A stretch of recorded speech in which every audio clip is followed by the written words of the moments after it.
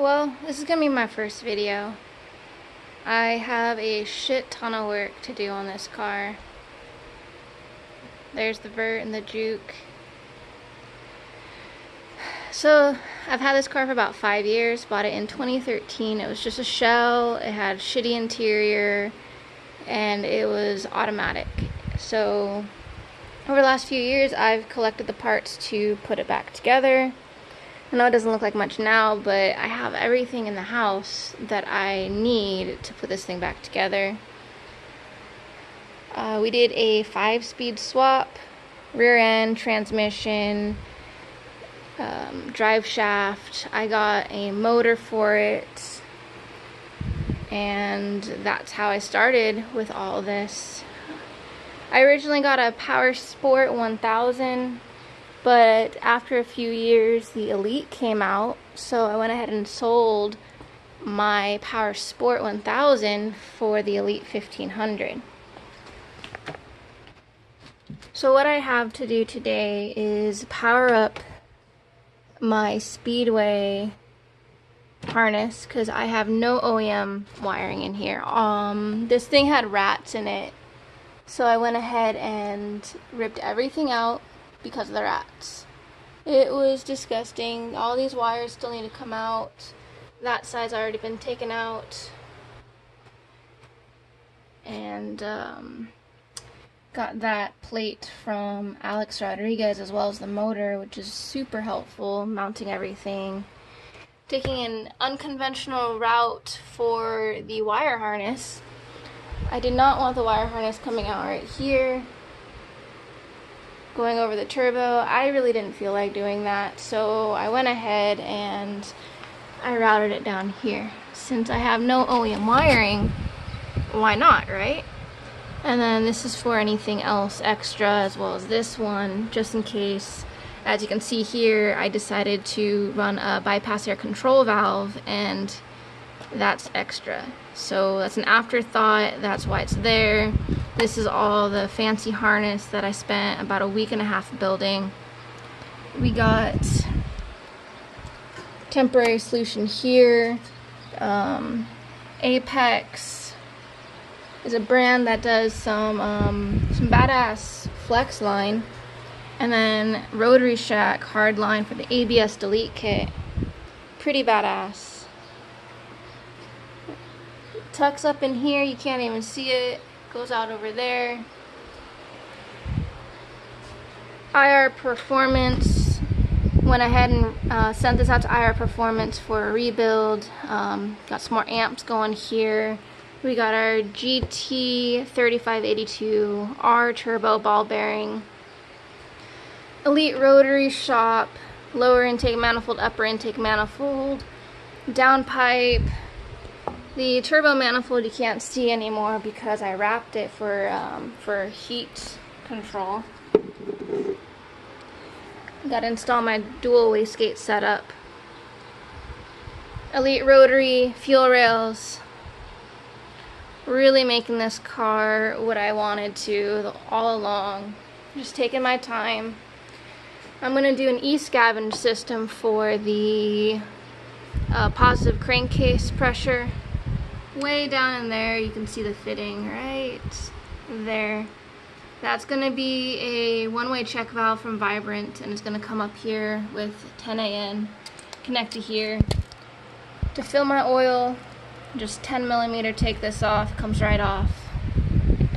And hopefully that's going to not give me a hassle, but I think the e-scavenge is a little bit more important. Pull all that that oil, send it through the exhaust. CX Racing V-mount. Still got a little bit of work to do on it. You know, cardboards for safety. You don't want to bend your fins. And then all this wiring I have to do. It's gonna be fun. I have to figure out how to wire up these motors to come up with the headlights. I mean, I can do it, it's just taking a little while. I think I finally figured out the schematic for it. I'm going to utilize the OEM switches Let's see, that's airbag stuff. So I have a bunch of different harnesses in the shed that came out of this thing that were eaten by rats. So why not scavenge off of it? I know it's pretty messed up to cut a brand new harness or a usable harness, but these weren't usable. So I went ahead and I located this guy. I don't think this one's exactly the right one. I think that one looks about right with the white and blue wires. This one, I don't know where this one came from. I just had to find a wire clip, but then I found this. So we're in good shape there. Still gotta tie up all this. It's gonna go tied up way up there on those pegs with this guy right here. These go on the pegs. So everything I'm trying to do well thought out, but you know, this is my first build in such a manner to where, man, it's a little overwhelming, but I'm sitting down, I'm thinking about everything, thinking things through. I know a lot of you would do things differently, but you guys aren't here, and I just sit and think with my own ideas, maybe going online, getting some research done on other people's builds, but I don't have too much to go off of. So here's my main shut off, and then my negative to kill power to everything. This is just safety for this huge ass wire that goes down to the starter utilizing this drain plug. This bad boy goes to here. That's probably overkill. You probably really don't need even close to that gauge, but it's gonna power this. This is gonna be ECU and chassis. I think these are 70 amp. If I need to upgrade to 75, I can, but should be enough to power my whole chassis. If not, obviously I'm gonna figure out something else. I do still have to do the math and see what amps everything's taking. Headlights, motors, headlight motors, fan motors, all of that. Just a lot of work to do on this car, a lot of sitting down on paper, figuring everything out, and I have been doing that. So here's my throttle body. Since I don't have the capability of running a bypass air control valve with the Elite Rotary upper intake manifold, I'm utilizing the port where the OEM bypass air control valve, that gets blocked off. It goes to the bypass air control valve, but pulls in from the throttle before the throttle plates. It goes in through there, it'll come out here, go to my remote mount bypass air control valve, and then I can modulate with the Haltech how much air is bypassing to keep my throttle, my idle nice and good. Let's see. Oh yeah, the mount I made for my IQ3. Usually these just mount with 3 bolts on the back, but if I have to access anything on the back of this thing, I don't want to have to take out all of this. This plastic stuff's a little bit fragile. You don't want to have to repetitively remove it just to do anything on the IQ3. So this guy mounts, the IQ3 mounts to this mount. This mount mounts to the dash, and therefore I can access the hardware to remove it on the front. This is just a prototype. There's a few other ideas I have as far as making it look better instead of 4 gigantic holes on the front, but this thing takes me about an hour to cut on the laser cutter. It's acrylic. I glue it together. The acrylic glue bonds the acrylic together. There's no separation risk, and I really like this. As far as that thing took me a day and a half to make. I am not making it for anybody else. It was such a pain in the ass, but it looks good, right? I mean, that's decent, right? So I like it, but unfortunately, unless a company wants to borrow it, 3D scan it, and send it back, I don't think this is going to be made by me or anybody else anytime soon. Let's see, what else? Oh yeah, hey, I know the dash is really, really dirty, but check out Drake's plastic parts. That's a speaker cover, as well as a vent delete. I'm pretty sure he can make you a vent delete with anything that you want on it. It just takes a little bit of R&D on his side to make sure it's pointed at the driver properly, and all the measurements for your device. But for me, I just wanted to delete it. So that's pretty badass, right? Super slick. Let's see, what else? Oh yeah, got this white, kind of looks a lot like this. Little things like that I was trying to focus on. Red interior, super sun faded, super messed up. A lot of defects on it. I'm gonna paint that an interior color that's not OEM. That's gonna be fun. It's gonna look real nice in here. Still gotta pull out my fuel pump, replace it with a 450. That's the Flexline company, Apex Performance Brakes.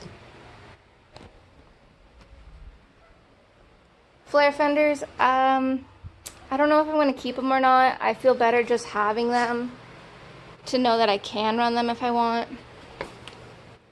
There's the OEM fender. It's not rolled or anything, that's just the overhang, and then how much it goes out past that.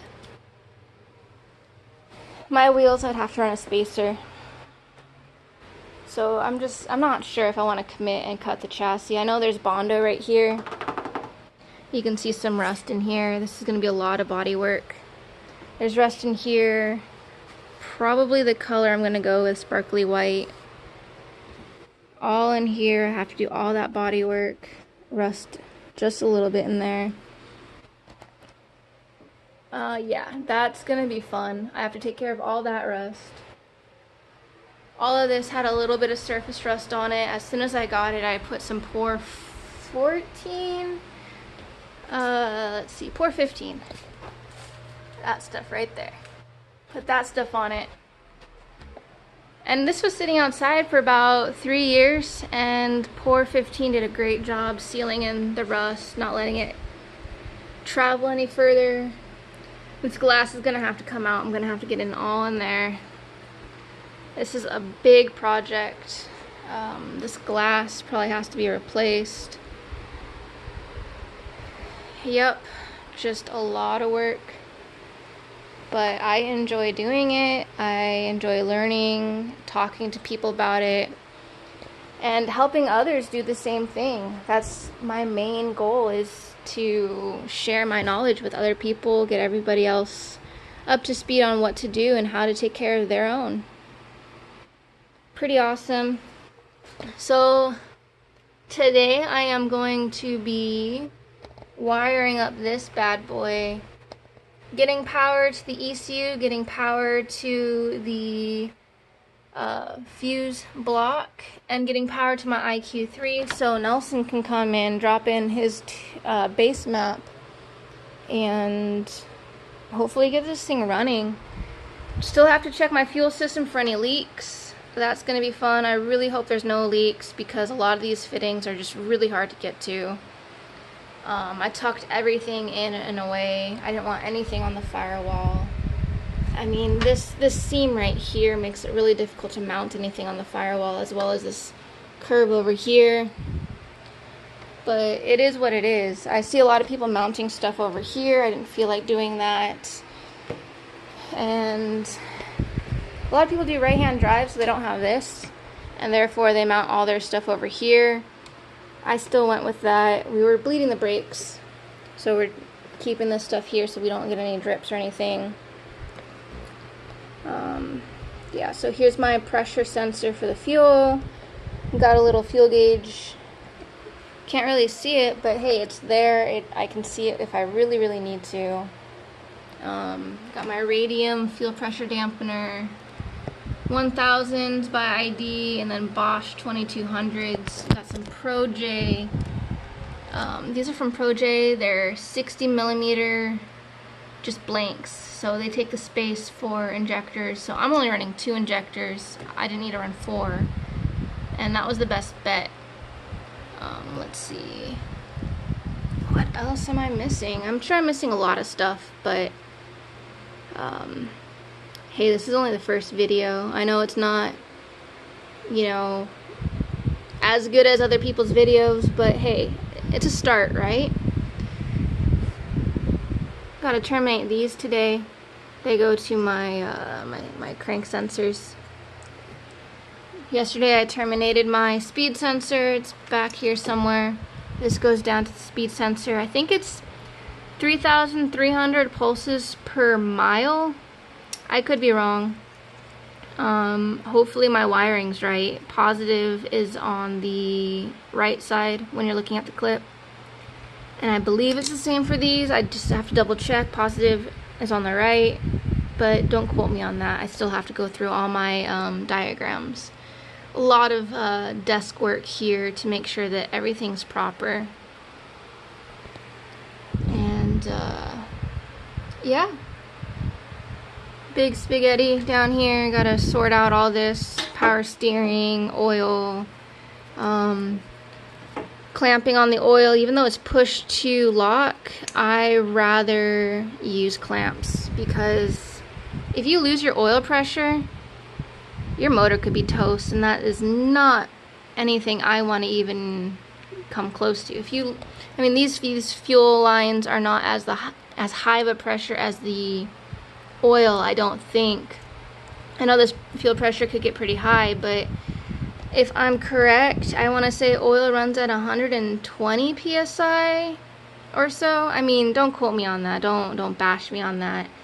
I just know that some people have issues with their oil, and these push lock are pretty reliable.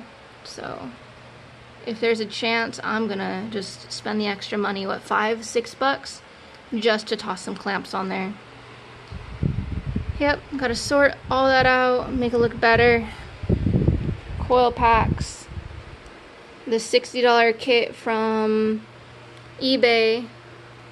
Just went ahead and got shorter, because originally this is supposed to be one thing, but I broke them apart, got shorter studs, and went that way. Mounted the best I can. It should clear the power steering. Oh yeah, I've been wanting these for a while. They're Murray clamps by Turbo Source, I believe. I forget. It's either Turbo Smart or Turbo Source. Either way, they're pretty badass. They're spring. So when this expands out of boost, this will expand and keep it clamped. Some fancy stuff happens and it magically won't let your shit blow off when you're boosting. Hey, why not? I just like the way they look. So, if you have any questions, let me know. This is my very first video. Damn near 18 minutes long, 19 minutes long, but hey, you know, gotta start somewhere, and this has been long awaited by me to actually do a video and get you guys up to speed with this build. No glam, no glory, just raw work. Not inside a shop, just inside my garage. It's a mess. Oh, and check this out. Jason gave me the whole garage. Usually I only have half the garage. So thank you so much, Jason, for letting me have the whole garage for this week, so we can bust out the brakes, get everything all good and ready. All the brakes bled.